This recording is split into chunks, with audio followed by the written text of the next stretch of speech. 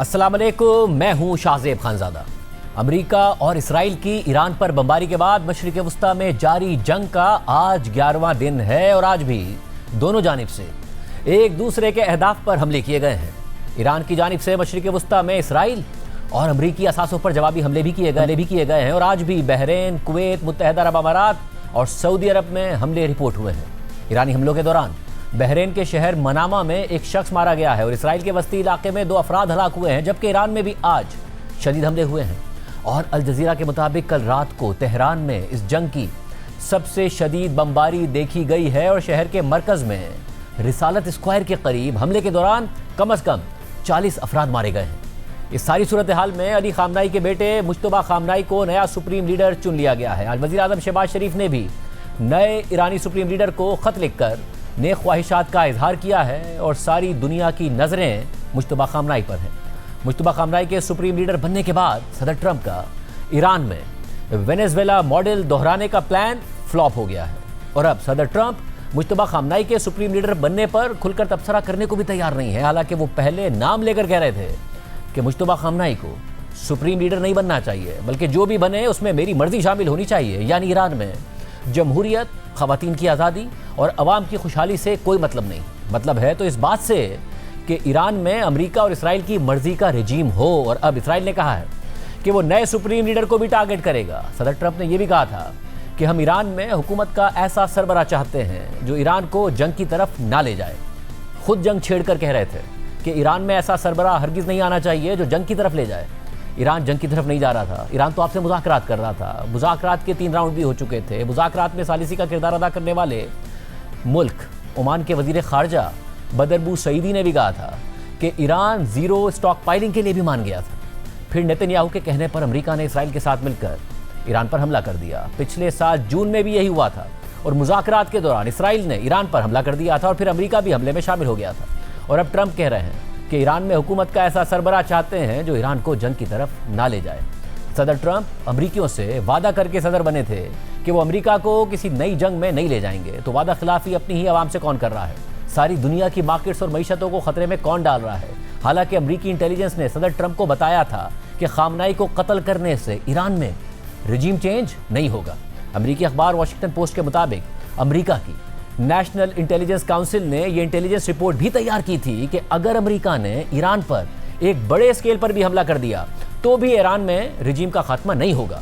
और यह हमला इतनी जल्दी में किया गया कि रॉयटर्स के मुताबिक जब हफ्ते को ईरान पर हमला किया गया तो अमेरिका का स्टेट डिपार्टमेंट उस वक्त तक इस ब्यूरोक्रेटिक टास्क को पूरा करने में मसरूफ़ था कि हमले की सूरत में 3 ममालिक बहरीन, कुवैत और कतर से अपने गैर ज़रूरी स्टाफ को कैसे निकालना है। हालांकि उस वक्त तक अमरीकी हमले के बाद ईरान पहले ही इन 3 ममालिक में जवाबी कार्रवाई शुरू कर चुका था, जबकि सऊदी अरब के दारुल हुकूमत रियाज में अमरीकी सिफारत खाने से गैर ज़रूरी स्टाफ को वापस अमरीका भेजने का हुक्मनामा मंगल को आया कि जब जंग को पहले ही 4 दिन हो चुके थे।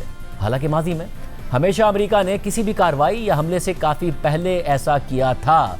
जब अमरीका ने 2003 में इराक पर हमला किया तो हमले से हफ्तों पहले अपने स्टाफ को वहां से निकालने की तैयारी शुरू कर दी थी और इराक पर हमले से 1 हफ्ते पहले अपने स्टाफ का इनखला भी कर दिया था। मगर इस बार अमरीकी सिफारती अमला और शहरी मशरिक वस्ता में फंस गए और ख़ुद सदर ट्रंप ने माना कि उन्हें तवक्को नहीं थी कि ईरान पर हमले के बाद खित्ते में ये सूरत हाल पैदा हो जाएगी। और सदर ट्रंप सिर्फ दुनिया को ही नहीं, अपने सोशल मीडिया के ज़रिए धमकियाँ, पैगाम और मालूमात नहीं देते, बल्कि ख़ुद अपनी हुकूमत को भी ऐसे ही चला रहे हैं। रॉयटर्स के मुताबिक एक केस में तो वो ऑफिशियल जो अमरीकी शहरियों को खित्ते से निकालने का जिम्मेदार था, वो अपने घर पहुंचा तो उसे सोशल मीडिया पोस्ट के जरिए पता चला कि अमरीकी हुकूमत अपने शहरियों को निकालने के लिए चार्टर्ड फ्लाइट्स ऑफर कर रही है। हालांकि उनके पास इस हवाले से कोई हुकूमती अहकामात नहीं आए थे। यानी लैक ऑफ कैलकुलेशन और मिस कैलकुलेशन का मजमुआ है ये जंग, जिसकी कीमत यह खित्ता और पूरी दुनिया अदा कर रही है।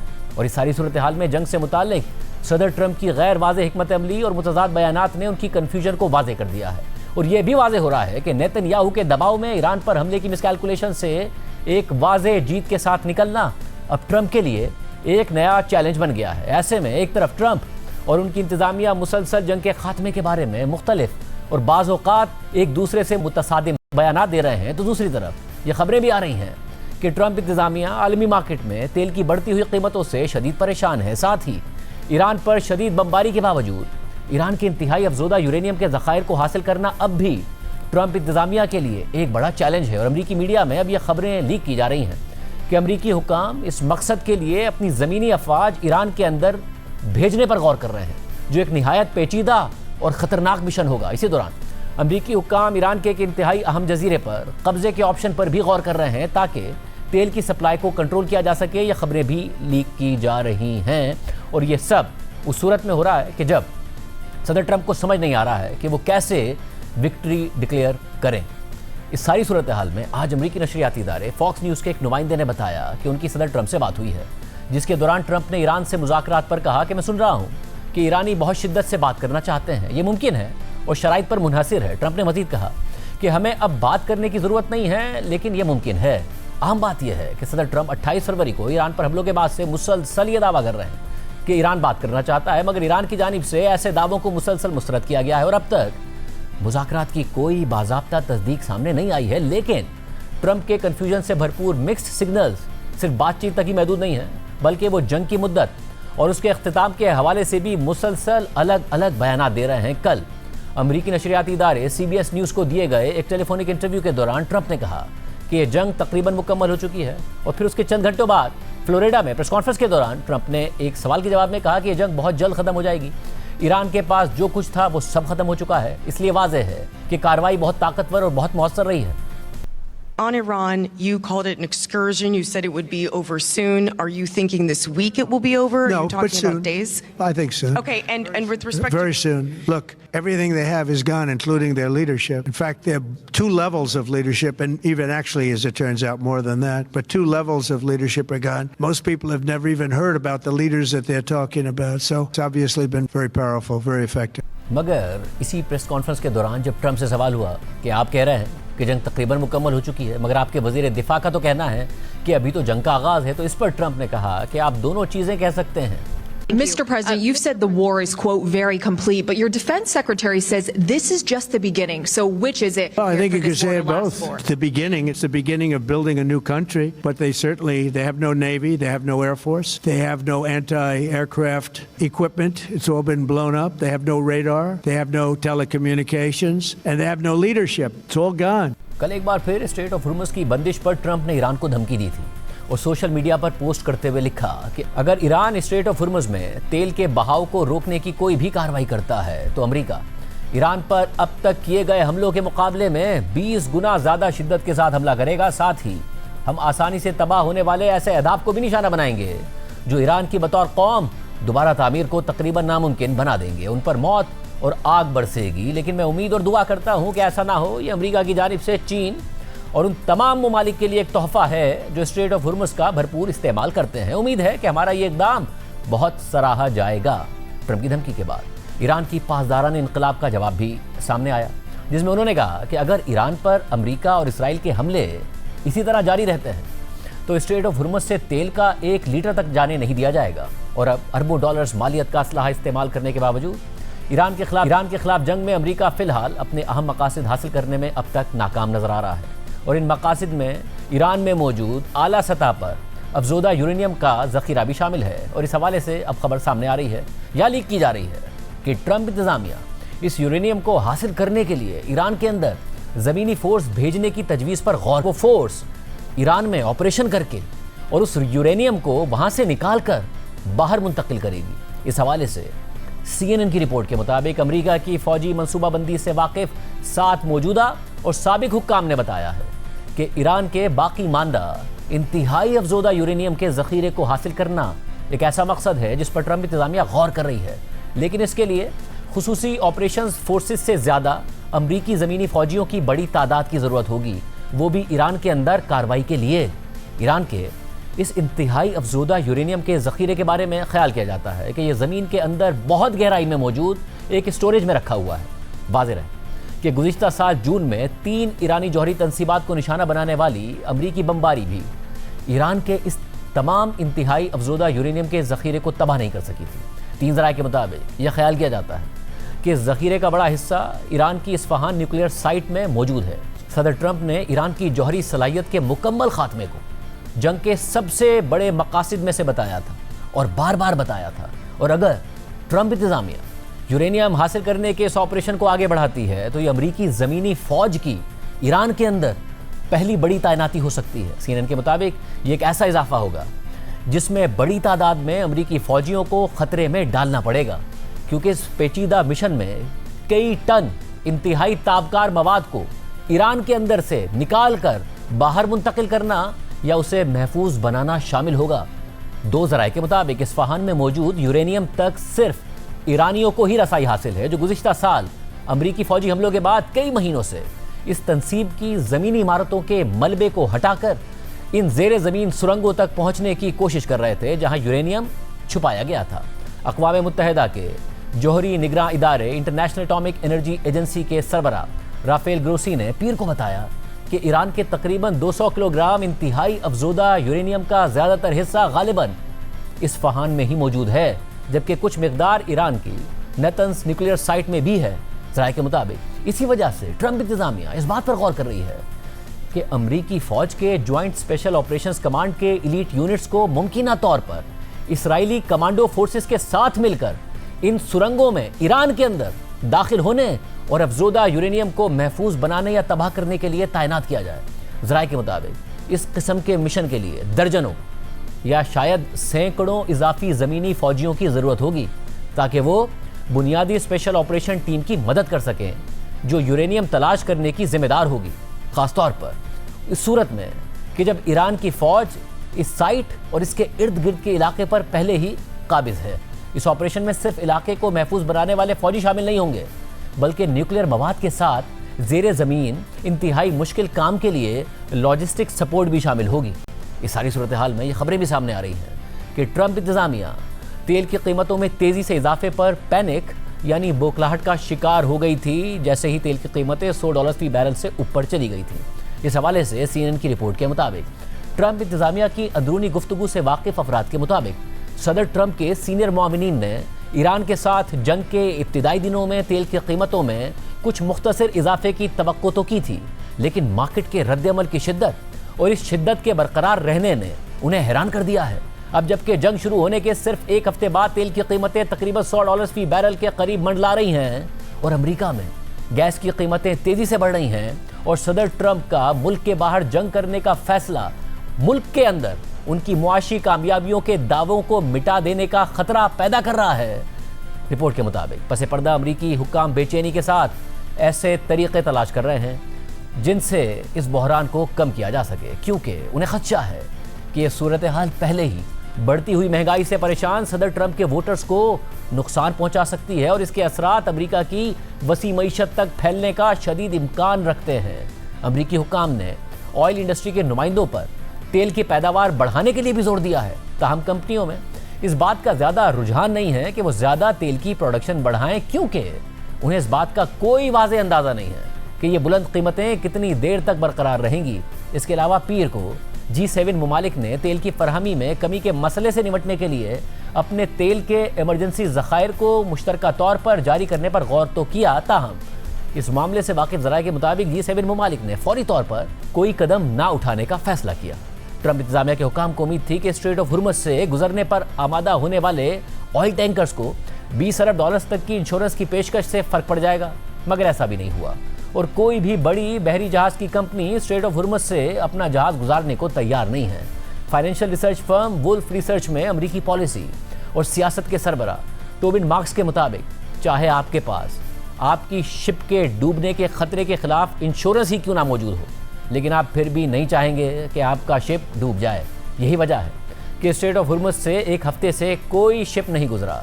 हालिया दिनों में ट्रंप इंतज़ामिया ने स्ट्रेट ऑफ हुर्मुज़ से गुजरने वाले बहरी जहाज़ों को फौजी स्कॉट फराहम करने के इम्कान पर भी बात की, ताहम अभी ये वाज़ेह नहीं है कि अमेरिका कितनी जल्दी ऐसी फौजी मदद का इंतज़ाम कर सकेगा। इस दौरान ये बात मज़ीद वाज़ेह हो रही है कि तेल की मंडियों को मुस्तहकम करने का वाहिद यकीनी तरीक़ा जंग को ख़त्म करना है और इसे इतनी जल्दी ख़त्म करना है कि देर पा मुआशी असरात से बचा जा सके।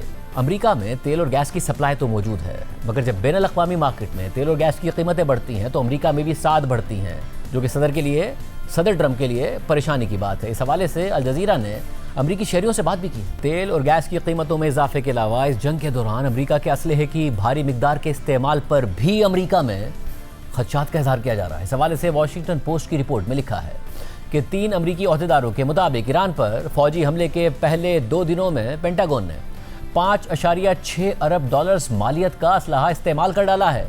ये रकम उस बढ़ती हुई तशवीश को वाज़ेह करती है जो अमरीका में बाज़ कानून साजों के दरमियान पाई जा रही है कि अमरीकी फ़ौज किस रफ्तार से अपने निहायत जदीद और महदूद मिकदार में दस्तयाब हथियार इस्तेमाल कर रही है। ये तखमीना पीर के दिन अमरीकी कांग्रेस के साथ शेयर किया गया, जिसके बाद ये सवालात मज़ीद शिद्दत इख्तियार कर गए हैं कि ट्रंप इंतज़ामिया की जानिब से अमरीकी कानून साजों की इस तशवीश को मुस्तरद करना किस हद तक दुरुस्त है कि ईरान के ख़िलाफ़ ये कार्रवाई तेज़ी से अमरीकी फ़ौजी तैयारी और सलाहियत को कमज़ोर कर रही है।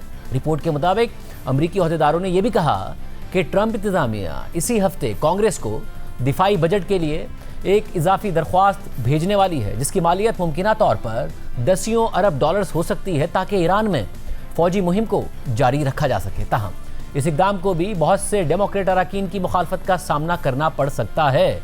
वॉशिंगटन पोस्ट की जानिब से अमरीकी हथियारों के ज़खायर की सूरत हाल के बारे में पूछे गए सवालात के जवाब में पेंटागन के मरकज़ी तर्जुमान ने एक बयान जारी किया, जिसमें कहा गया कि महकमा दिफा के पास हर वो चीज़ मौजूद है जो सदर की मर्जी के मुताबिक किसी भी वक्त, किसी भी जगह और किसी भी मुद्दत के लिए किसी भी मिशन को अंजाम देने के लिए दरकार हो।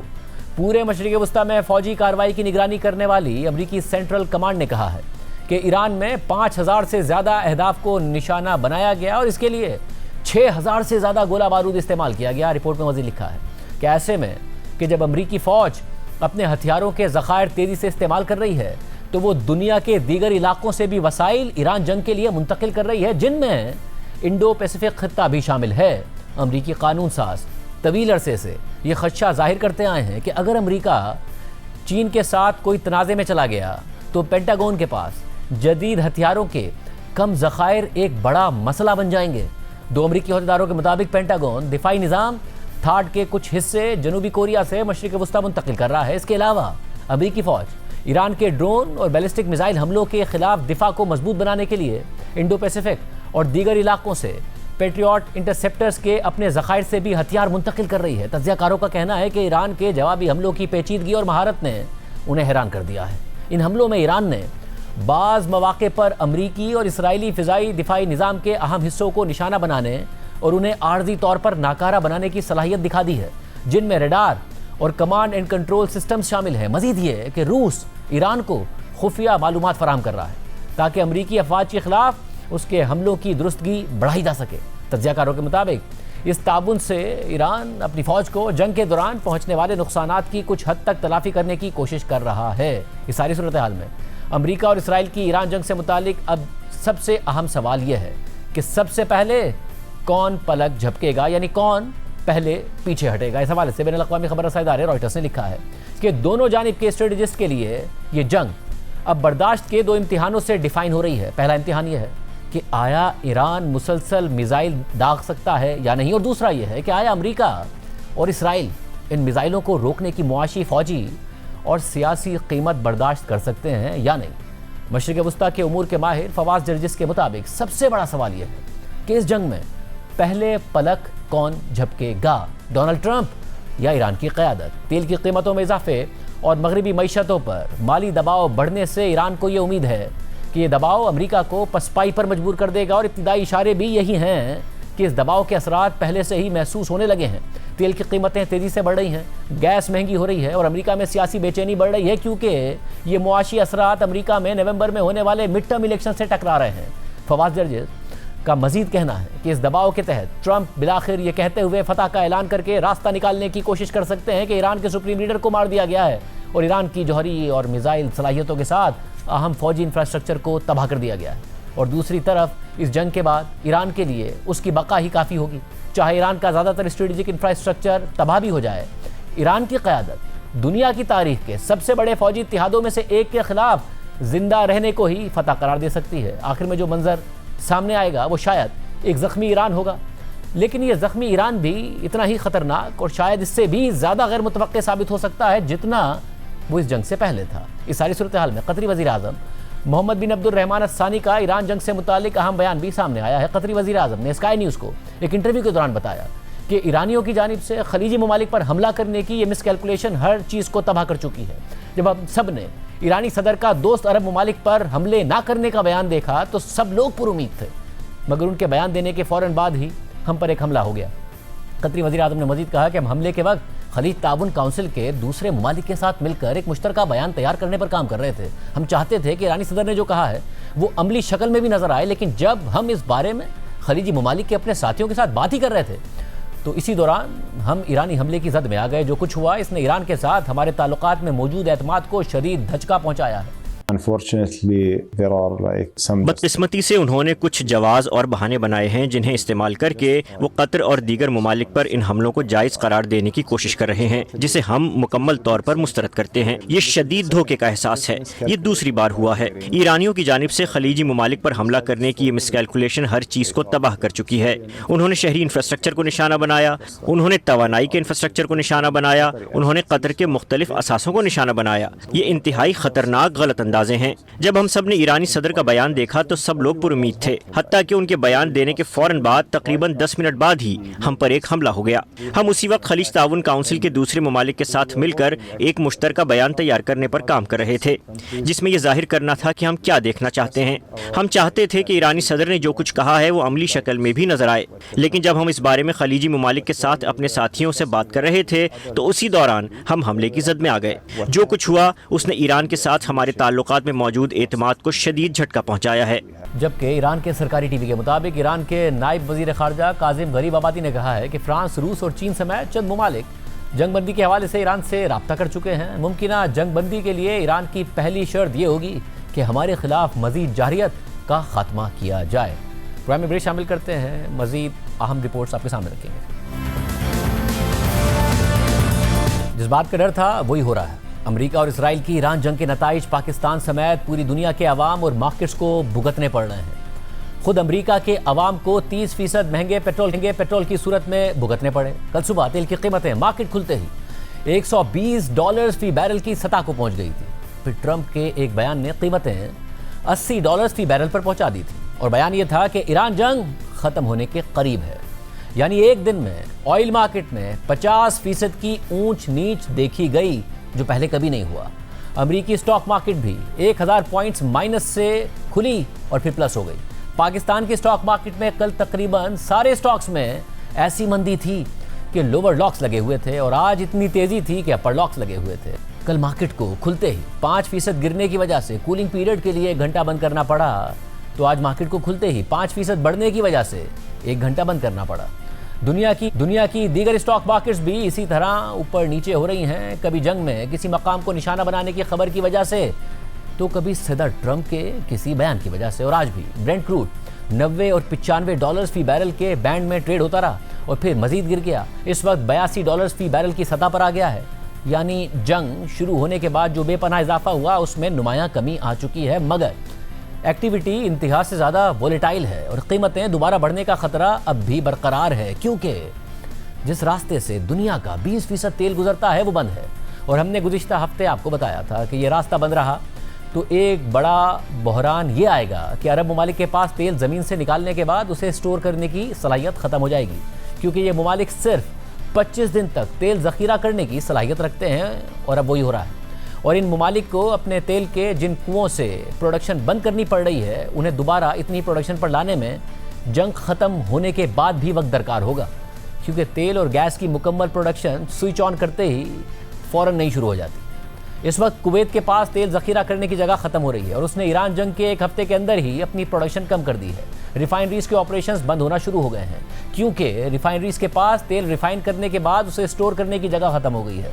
कुवैत तेल पैदा करने वाले ममालिक की तंजीम ओपेक का 5वां बड़ा प्रोड्यूसर है और जंग से पहले रोज़ाना 25 लाख बैरल्स तेल की पैदावार कर रहा था। इराक से भी तेल की पैदावार में 60% की कटौती कर दी गई है, यानी 43 लाख बैरल्स रोज़ाना से कम करके इराक ने अपनी पैदावार 18 लाख बैरल्स रोज़ाना कर दी है। जबकि मुत्तहिदा अरब अमारात और सऊदी अरब ने भी अपनी प्रोडक्शन कम कर दी है। जबकि कतर के बाद बहरीन की मरकज़ी ऑयल कंपनी ने भी अपनी रिफाइनरी पर ईरानी ड्रोन लगने और उससे नुकसान होने के बाद फोर्स मेजोर डिक्लेयर कर दिया है और प्रोडक्शन बंद कर दी है। यानी बहरीन भी मुआहदों के मुताबिक तेल सप्लाई नहीं कर पाएगा। जबकि सऊदी अरब जो खित्ते का सबसे बड़ा प्रोड्यूसर है उसने अपनी ऑयल प्रोडक्शन रेड सी की तरफ मुंतकिल कर दी है, मगर वहाँ सऊदी अरब के पास सिर्फ 50 लाख बैरल्स तेल सप्लाई करने की सलाहियत मौजूद है, जो कि जंग से पहले सऊदी अरब की यौमिया पैदावार का तकरीबन 70% है। जबकि फाइनेंशियल टाइम्स के मुताबिक सऊदी ऑयल कंपनी अरामको के चीफ एग्जीक्यूटिव अमीन नासिर का कहना है कि अगर ईरान जंग तवील हुई तो इसके तबाहकुन नताइज होंगे। ताहम उन्होंने मजीद कहा कि सऊदी अरब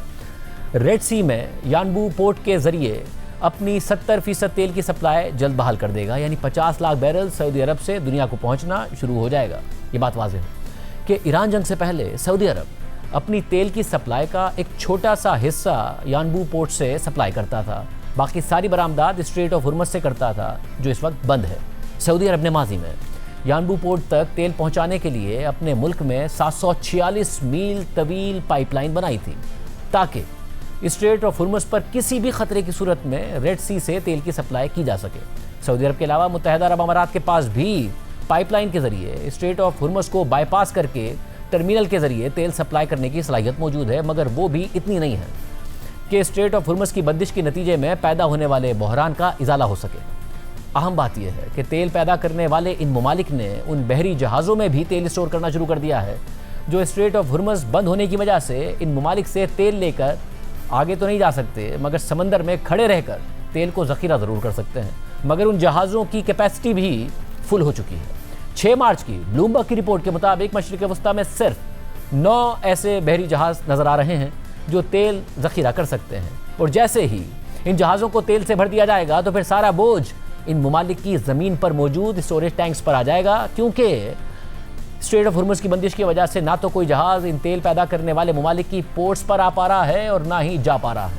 और जो रहे सहे जहाज़ वहाँ मौजूद हैं, उनमें से हर जहाज़ में तेल ज़ख़ीरा करने की सलाहियत 20 लाख बैरल्स है, और इतना तेल तो सऊदी अरब रोज़ाना सिर्फ 5 घंटे में पैदा कर लेता है। ब्लूमबर्ग के मुताबिक ट्रैकिंग डेटा से खित्ते में 74 जहाज़ नज़र आ रहे थे, जिनमें से 2/3 जहाज़ तेल से भरे हुए थे, जबकि 5 लोडिंग टर्मिनल पर मौजूद थे, जबकि मुतादिद दीगर जहाज़ या तो इराक़ में स्टोरेज के लिए इस्तेमाल हो रहे हैं या फिर ईरान से मुंसलिक हैं। यानी 3 दिन पहले तक सिर्फ 9 बड़े बहरी जहाज़ खाली थे और खित्ते में नज़र आ रहे थे। और इस सब का फ़ायदा किसको हो रहा है? अमेरिका के हरीफ रूस को हो रहा है, क्योंकि पहले अमेरिका ने भारत को इजाज़त दी कि 1 महीने के लिए रूसी तेल खरीद ले, ताकि ईरान जंग से पैदा होने वाले तेल की कमी को पूरा किया जा सके। और अब अमेरिका ने यह इंदिया दे दिया है कि दीगर ममालिक को भी ये इजाज़त दी जा सकती है और इसमें तौसी भी की जा सकती है। अमेरिका के ट्रेजरी सेक्रेटरी स्कॉट बेसेंट ने फॉक्स न्यूज़ को इंटरव्यू में कहा कि हमने भारत पे से रूसी तेल खरीदने की पाबंदी हटाई और दीगर ममालिक से भी हटा सकते हैं, ताकि दुनिया में तेल की आर्जी कमी को पूरा किया जा सके। जबकि यूरोपीय मुल्क स्लोवाकिया ने कहा है कि वो इस साल रूस से और ज़्यादा गैस खरीदेगा,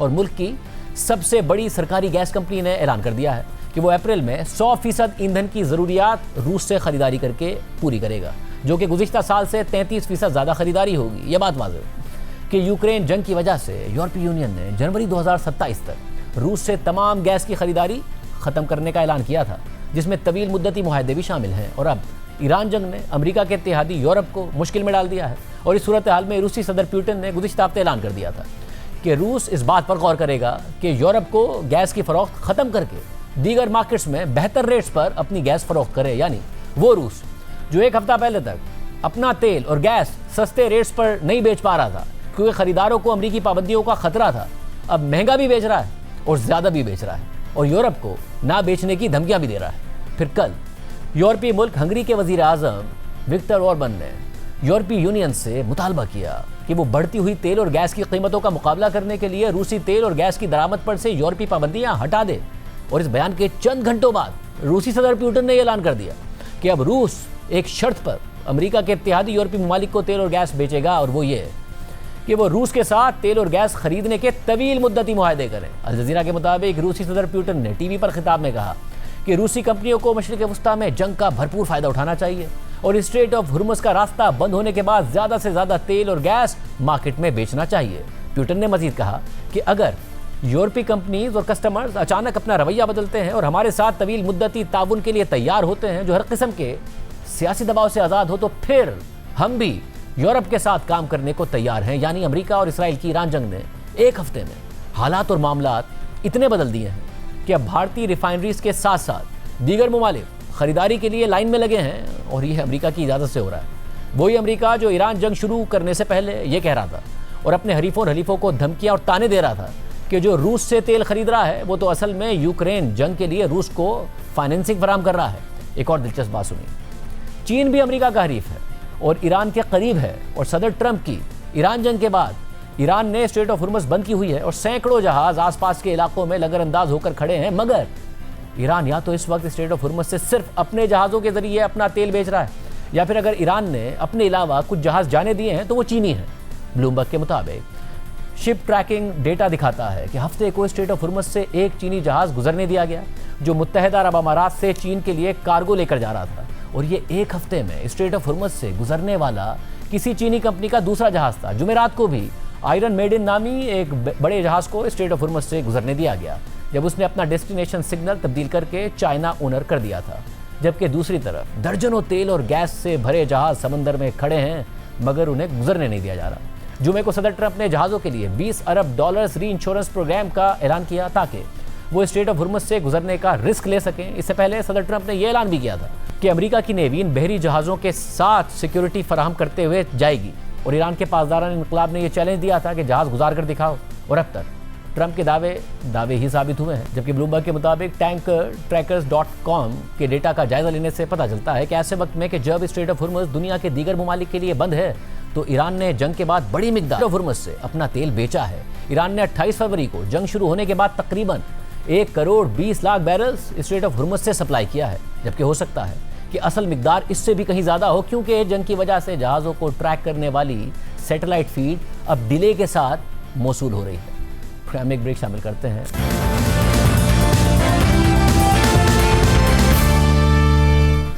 प्रोग्राम में दोबारा खुश आमदीद नाजरीन। पाकिस्तान में मामला किस तरफ जा रहे हैं, हमारे साथ मौजूद है माहिर मईशत मोहम्मद सुहेल साहब। सुहेल साहब, बहुत शुक्रिया मुझे ज्वाइन करने के लिए। जो वॉलेटिलिटी इंटरनेशनल मार्केट में है, अनप्रेसिडेंटेड है, वो पाकिस्तान में भी नजर आई है। अगर बैनुल अक़वामी मार्केट में कल तेल में हमें नजर आया $80 और $120 के दरमियान मूवमेंट, वो आज भी नजर आ रही है तकरीबन 15-20% के दरमियान मूवमेंट। कल स्टॉक मार्केट में कूलिंग पीरियड था क्योंकि लोअर लॉक्स लगे हुए थे, आज कूलिंग पीरियड था 1 घंटे का क्योंकि अपर लॉक्स लगे हुए थे। दुनिया में दीगर मार्केट्स में भी सूरत हाल नजर आ रही है। अब कहा जा सकता है कि इस्तेहकाम आ रहा है या अभी तक अनसर्टेनिटी है, और इसी को लेकर है मार्केट में, पाकिस्तानी मार्केट में भी। बिस्मिल्लाहिर्रहमानिर्रहीम। थैंक यू शादेब भाई। नहीं, देखिए, अनसर्टेनिटी तो है और वॉलेटिलिटी भी है, बहुत ज्यादा वॉलेटाइल है। कभी हमने ना सोचा था, ना कभी ख्याल था कि जो इंटरनेशनल मार्केट्स हैं और जो क्रूड की जो मार्केट है ऑयल की, वो इतनी वॉलेटाइल होगी। मतलब 2 दिन में हमने 70 का भी ऑयल देखा, फिर 120 का भी देखा, और आज जब हम बात करें तो दोबारा $77 हो गया था। तो पाकिस्तान जैसी इकोनॉमी जो 3 साल पहले क्राइसिस से निकली है, स्टेबिलिटी की तरफ गई है, तो कमोडिटी प्राइसेस का इतना अप डाउन होना, और ख़ास तौर से तेल की कीमत का और गैस का जिस पे पाकिस्तान डिपेंडेंट है, ये पाकिस्तान के लिए थोड़ा सा बुरी खबर तो है। और ये बताएगा कि अब जो तवक्को की जा रही थी कि पाकिस्तान स्टेबलाइजेशन से निकला है, शायद इंटरेस्ट रेट्स की आगे जाके कुछ गुंजाइश बने, शायद ऐसा, अब वो क्योंकि कल स्टेट बैंक ने भी नहीं कम किया, महंगाई पहले ही 7% आई फरवरी के महीने में, अब ये कहा जा सकता है कि यहाँ से स्टेबिलिटी के बाद भी कोई शायद स्टेबिलिटी का ही पीरियड आगे चले, ग्रोथ के फेज में नहीं जा पाएगा पाकिस्तान। जी, आपका तजिया बिल्कुल सही है कि हम समझ रहे थे कि जो बजट आएगा वो प्रो ग्रोथ होगा और IMF जो है वो हुकूमत को गुंजाइश देगा, मगर अब IMF का रिव्यू चल रहा है 2-3 रोज में। मुझे लगता है ये जो तीसरा रिव्यू खत्म हो जाएगा, इसके बाद ही देखना है, क्योंकि अभी तो हालात बड़े अनसर्टन हैं। मगर हमने देखा है माजी में भी, जो स्पेशली कोविड हुआ था, कि कभी कभार जो लेंडर है वो बड़ा सॉफ्ट हो जाता है कोई क्राइसिस देख के। तो अगर IMF के रिव्यू में IMF ने जो हुकूमत का टैक्स की छूट और सुपर टैक्स को कम करने की बात मान ली, और अगर ये जंग ज्यादा लंबी नहीं हुई और ज्यादा इंटेंस नहीं हुई और ऑयल दोबारा नीचे आ गया, तो हम उम्मीद कर सकते हैं कि अगला साल हम शायद 4.5-5% ग्रो करें। मगर अगर ये जंग लंबी चलती है, ऑयल दोबारा बढ़ जाता है और IMF भी कोई लीनियंस नहीं दिखाता, तो फिर हम लगता है कि स्टेबिलिटी से बहुत ग्रेजुअली ग्रोथ की तरफ जाएंगे। और अभी तो नज़र आ रहा है कि ट्रंप के एक बयान या फिर किसी खबर के आने से मार्केट्स बहुत तेज़ी से ऊपर नीचे मूव कर रही हैं। सुहेल साहब, ज़ाहिर कहा जाता है कि $10 अगर कीमत ऊपर नीचे हो पाकिस्तान के करंट अकाउंट पे या तिजारती खसारे पे, कोई $2-1 अरब का फ़र्क पड़ता है। अगर ये $100 की तरफ चली जाएँ तो पाकिस्तान के फिर एक्सटर्नल अकाउंट पे खतरात भी वापस पैदा हो जाते हैं। ग्रोथ तो दूर की बात है, पाकिस्तान में फिर खतरात पे हम बात कर रहे होंगे। जी, लेकिन 1-2 महीना तो शायद हुकूमत चला लेगी, क्योंकि इस महीने रमज़ान की और ज़कात की वजह से रेमिटेंस बड़े स्ट्रॉन्ग हैं। फिर हमारे जो रिज़र्व्स हैं वो उसको सैटिस्फैक्टरी तो नहीं कहेंगे, मगर माज़ी के मुकाबले में कुछ बेहतर है। तो जो सेंट्रल बैंक के गवर्नर ने भी कहा कि ये साल तो आउटलुक कोई बहुत ज़्यादा तब्दील होता हुआ नज़र नहीं आता, मगर अगर ये जंग 2-3 माह चलती है तो फिर मेरे ख़्याल में ये कंसर्न शुरू हो जाएँगे कि करेंसी पे भी प्रेशर आएगा। जो अब तक तो करेंसी पाकिस्तान की काफ़ी स्टेबल है, मगर जिस तरह मैंने कहा कि अगर ये 2-3 माह चल गई जंग, और इसकी वजह से तेल और दूसरी कीमतें और इंश्योरेंस और फ्रेट ज़्यादा रहा, तो मेरे ख्याल में जो अगला साल होगा वो दोबारा चैलेंजिंग हो जाएगा पाकिस्तान के लिए। अच्छा, और जो पाकिस्तान की स्टॉक मार्केट है वो क्या पहले ही बढ़ी हुई इतनी थी कि ज़ाहिर है बहुत ज़्यादा तेज़ी से रिएक्ट कर रही है और रिस्पॉन्ड कर रही है, और उसने एडजस्ट करना ही था? जो डायनामिक्स नज़र आ रहे थे, ये जंग जो है उसकी वजह से वो फैक्टर ज़्यादा बढ़ गया? लेकिन 2 रीज़न थे शादेब भाई। एक तो बड़ी ज़्यादा थी, 40,000 से 1,90,000 हो गई थी। ये बिल्कुल ही हमने ऐसा होते हुए बहुत कम देखा है। 20 साल पहले मुशर्रफ साहब के दौर में हुआ था, इसके बाद ये कोई 20-22 साल के बाद हो रहा है। तो एक तो ये भी रीज़न है, दूसरा पार्टिसिपेशन बहुत बढ़ गई है। आप देखें, पिछले कई माह से 20,000 अकाउंट खुल रहे हैं, और जो लेवरेज पोजीशन थी वो 105 बिलियन हो गई थी। तो जिस मार्केट में यूफोरिया होगा, इतनी बढ़ जाएगी, इतनी पार्टिसिपेशन होगी, तो वहाँ फिर इरैशनल डिसीजन भी होंगे। इसी तरह का हम कोई माहौल देख रहे हैं साउथ कोरिया में, जो पिछले साल डबल हो गई थी, वो भी ज़्यादा वॉलेटाइल है। तो वॉलेटिलिटी की वजह ये दोनों हैं, लेवरेज पोजीशन भी है और मार्केट का बढ़ जाना भी है। और तीसरा, चूंकि पाकिस्तान एक कमज़ोर मुल्क है माशी लिहाज से, 3 साल पहले हमने क्राइसिस देखा था, तो इन्वेस्टर को ये भी फेयर होता है कि पाकिस्तान दोबारा इस क्राइसिस में नहीं चला जाए। तो ये 2-3 वजूहत हैं जिसकी वजह से पाकिस्तानी मार्केट पिछले कुछ दिनों में ज़्यादा वॉलेटाइल रही है रीजनल मार्केट के मुकाबले में। और अब भी यही होगा कि जो खबर आएगी ईरान वॉर को लेकर, या फिर जो बैनुल-अक़वामी मार्केट में मूवमेंट होगी तेल को लेकर, उसी को मार्केट रिस्पॉन्ड कर रही होगी? जी, मेरे ख्याल में शॉर्ट टर्म में तो मार्केट जो है रात को या सुबह ऑयल की कीमत देखती है, फिर मार्केट का डायरेक्शन होता है, फिर ट्रम्प साहब का बयान देखती है, फिर ईरान ने कितने अटैक किए हैं गल्फ कंट्रीज में वो देखती है। तो आई थिंक सारा जो फोकस है वो ईरान की जंग की तरफ है। जब तक वहाँ कोई स्टेबिलिटी नहीं आती, जब तक उसके कितना अर्सा चलेगी वो क्लैरिटी नहीं होती, तो मेरा ख्याल में पाकिस्तान की स्टॉक मार्केट, ना सिर्फ स्टॉक मार्केट बल्कि बॉन्ड मार्केट भी, जो टी बिल पीआईबी की मार्केट है, और जो पाकिस्तान का डॉलर बॉन्ड मार्केट है, वो वॉलेटाइल ही रहेगा।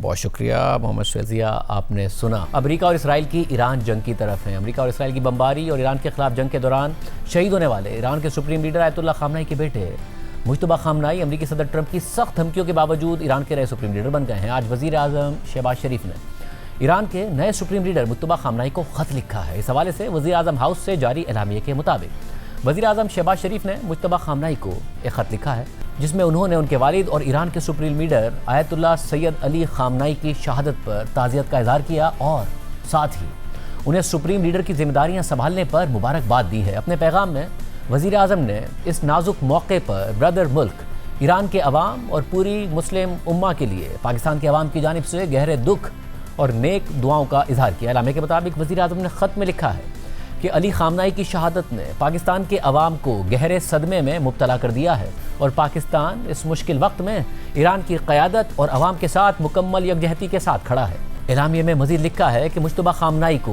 ये अहम जिम्मेदारी संभालने पर मुबारकबाद देते हुए वज़ीर आज़म ने उम्मीद ज़ाहिर की कि उनकी क़यादत ईरान को आने वाले बरसों में अमन, इस्तेहकाम, वक़ार और खुशहाली की तरफ रहनुमाई फराहम करेगी। वज़ीर आज़म ने इस बात पर जोर दिया कि पाकिस्तान और ईरान के ताल्लुकात मुश्तरका अक़ीदे, तारीख़, सक़ाफ़त और ज़बान की मजबूत बुनियादों पर कायम हैं।